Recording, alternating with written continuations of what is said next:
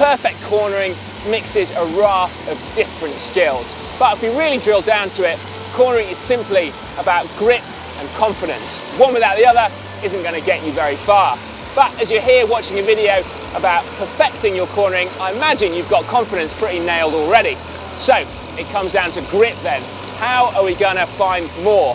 Well, line choice is obviously incredibly important, but in this video we're going to focus specifically on body position and technique. Looking where you want to go is a very basic skill for a cyclist, but it's surprising just how many experienced cyclists forget how intrinsic it is to good cornering technique. And I'm not just talking about knowing which way to go or what line to take. Turning your head and looking at your exit as you enter the corner opens your body up and leads you through the turn. And the faster you go, the more important it is. It also prevents fixation, which is where you look at something that you desperately want to avoid, but yet are drawn to it by your eyes. It's often the edge of the road on the exit causing you to run wide or panic and jam the brakes on. Look at the exit instead and you'll carry your speed through and then out of the corner. You still need to think about the rest of your body though. So drop your outside foot to the bottom of the pedal stroke and then put your weight through there, lifting your bum out of the saddle slightly. Now, this gives you more control over the bike on anything less than a perfect road surface, because putting your weight over the contact patch of the tyre really helps them to bite if they're struggling for traction. Now, on a road with a perfect surface, this is probably unnecessary, but I've yet to find that road. When we think about riders on high-speed corners, we tend to think of them crouched low over their bikes for stability. But in reality, that's actually only the case on bumpy corners or poor road surfaces where your tyres are struggling for grip. And that's because with a higher centre of gravity, you're much further away from your base, meaning that if your tyres do start to slide, it's much harder to correct it. Well, pretty much impossible in fact. But the other thing that a lower centre of gravity is good for is on repeated quick turns where you're much more manoeuvrable, you can throw the bike around much faster.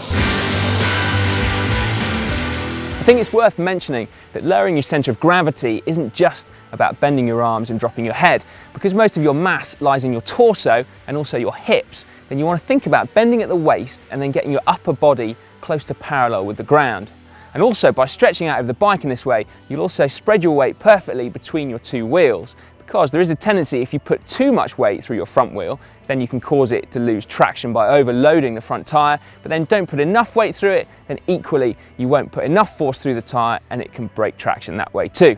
The way bikes are designed though, it does mean that if you stretch out over the bike perfectly, then your weight will be well distributed. Countersteering is something we haven't actually mentioned on GCN up to now, feeling that to do so will be to muddy the waters on more basic cornering videos. But considering this video is about perfection, well, here you go.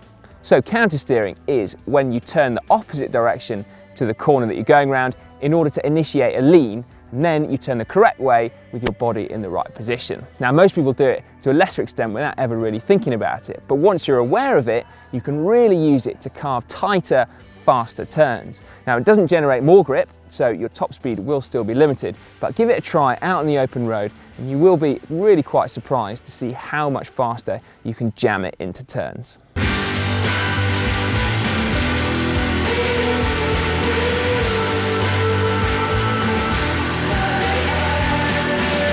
To practice these techniques, why not take a leaf out of the mountain bike book and session a series of corners or a whole descent.